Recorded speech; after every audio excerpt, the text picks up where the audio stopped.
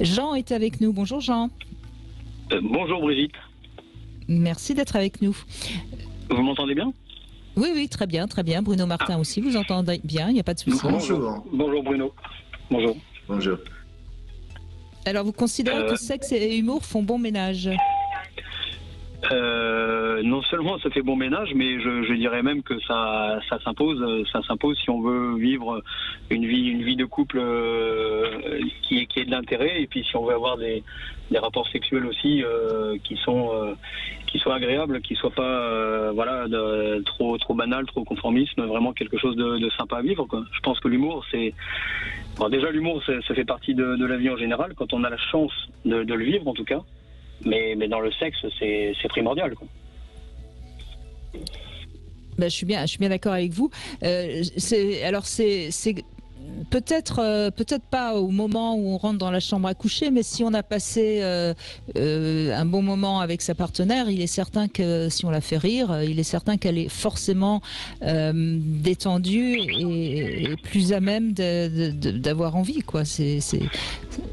Alors dans ma situation personnelle, dans le couple, le plus drôle, c'est pas moi, hein, c'est ma femme. Alors elle aurait peut-être mieux fait de vous appeler, hein, mais du coup, si ça peut vous faire rire.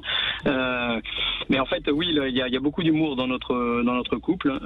Ma femme est beaucoup plus, dans son caractère, beaucoup plus légère que moi, ou même si je peux avoir de l'humour d'une façon un peu différente, mais de la légèreté, en tout cas, c'est de son côté. Et elle pratique une forme d'humour à beaucoup se moquer de moi, en fait, hein, enfin gentiment, hein, entre guillemets, hein, mais à ne pas prendre les choses au sérieux, et je trouve que et même dans la partie la plus intime du couple, hein, dans la chambre à coucher, cette façon de se moquer de moi en rigolant ou dans des situations, c'est ce qui fait que c'est agréable, quoi. Voilà, c'est pas sacralisé, on va pas faire l'amour pour faire l'amour dans une ambiance vraiment un peu triste, quoi, ou un peu obligatoire. L'humour dans le sexe, en fait, ça change la donne, quoi. Ça détend, ça permet en plus, je trouve, ça permet de temporiser les rapports sexuels, si on est capable un peu d'autodérision.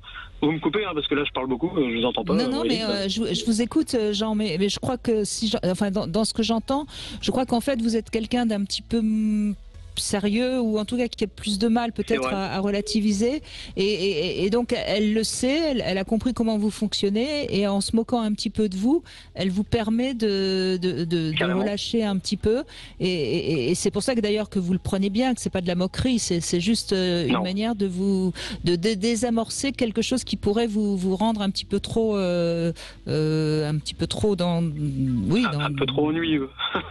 Alors je sais pas, j'ai pas envie de dire de mots négatifs, mais vous faites partie de ces gens, en effet, qui, alors ça vient peut-être de votre caractère, ça vient peut-être de votre enfance, on n'en sait rien, mais il y a des gens qui ont en effet du mal à lâcher et à finalement être un petit peu dans la joie de vivre, juste pour le plaisir juste pour le plaisir.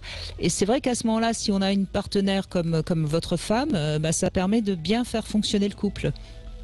Ah, mais alors pour revenir, puisqu'on est sur le mélange entre humour et acte dans le couple sexuel, il m'arrive même parfois d'essayer de me reconcentrer, parce que ma femme arriverait à me couper toute envie, alors que pourtant elle m'inspire énormément d'envie, mais alors elle me ferait rire, elle me ferait tellement rire qu'au bout d'un moment, des fois j'ai envie de lui dire bon, on arrête, hein, on reprendra plus tard, hein, parce que là c'est mort le truc, ça n'arrivera pas. Ça c'est important, parce que on le disait tout à l'heure, hein, Bruno Martin, pour un homme, l'érection, c'est pas compatible avec le rire. Ça. Ah non, pas du tout. Ça va pas du tout. Non.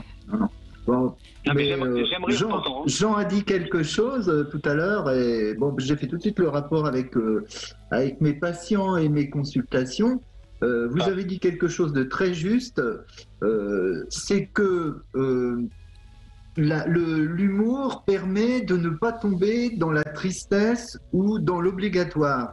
Et je me suis dit, mais c'est vrai, bon sang, tous ceux qui ont des problèmes sexuels et qui viennent me voir, c'est parce que ils sont tombés ou dans la tristesse ou dans l'obligation. C'est-à-dire que vous avez des problèmes sexuels le jour où vous tombez dans la tristesse dans un couple et dans l'obligation en ce qui concerne le sexe. Et ben, si l'humour est une façon d'en sortir, il faut le prescrire. Absolument. Absolument, quand on a la chance dans le couple d'avoir un des deux qui est moteur là-dedans, c'est génial parce que c'est le jour où on l'a pu, je pense qu'on s'en rend compte, mais en tout cas le vivre au quotidien. Alors moi, en ce qui me concerne, je n'ai pas de soucis de panne parce que je vous le disais, ma femme, je la trouve désirable toujours plus d'année en année, donc vraiment c'est pas un souci à ce niveau-là. Mais elle arriverait à me couper l'envie quand elle fait la folle ou quand elle me fait trop rire, quoi. Ça, c'est vrai, mais c'est génial. C'est génial. Et c'est dans le sexe, mais c'est pas que dans le sexe, c'est dans tout, en fait. L'autodérision, ne pas se prendre au sérieux et puis se faire moquer par sa femme, c'est génial, quoi. Voilà, on rigole et voilà. Moi, je suis sur un humour un peu plus subtil, un peu plus, enfin, pas subtil, je dirais même, peut-être un peu plus nul d'ailleurs, mais ça me fait rire moi, hein, c'est déjà ça. Elle un peu moins, mais mais bon, en tout cas, voilà. Sur le sujet, je suis d'accord. Ouais, l'humour et pas que dans le texte. L'humour dans l'attitude, sur une façon de vouloir s'habiller ou alors de faire semblant de vouloir s'habiller ou alors de vraiment dans la blague, quoi, dans la blague et ça change vraiment les rapports. Je suis absolument d'accord avec vous. Oui, et puis je crois qu'il n'y a pas à avoir d'avis sur l'humour qui serait bien et l'humour qui serait pas bien. Chacun a son humour, et puis il y a des humours qui nous font rire et d'autres pas, et puis voilà tout. Je veux dire, moi je vois pas pourquoi il y a des personnes, par exemple, alors que Coluche aujourd'hui est à peu près aimé de tout le monde, il y a des personnes qui encore aujourd'hui ne trouvent pas l'humour de Coluche drôle, et puis il y a des personnes qui trouvent l'humour de Raymond DeVos aussi pas spécialement drôle. Donc qu'importe.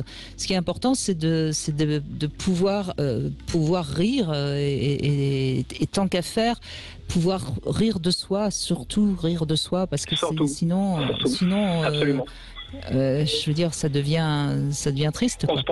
On se prendrait trop au sérieux et on deviendrait des gens pas intéressants. Et en fait, l'humour comme ça d'un partenaire qui vous galège facilement, ça vous ramène aux vraies choses importantes de la vie, quoi. Être bien, détendu, s'amuser, rire, parce que c'est ça vraiment l'essentiel de la vie, surtout en ce moment avec la période qu'on vit. De l'humour dans un couple et ça ressurgit également sur la famille. Quand les parents s'entendent et rigolent, les enfants rigolent, enfin tout le monde rigole et tout le monde blague, et c'est ce qui est chouette, quoi. Oui, remettons un peu plus d'humour dans nos vies, ça serait bienvenu, et un peu moins, il y aurait peut-être un peu moins de gens anxieux. Merci beaucoup, Jean, en tout cas, d'avoir participé à cette émission. C'était un plaisir, Brigitte. C'est toujours un plaisir. Et merci beaucoup.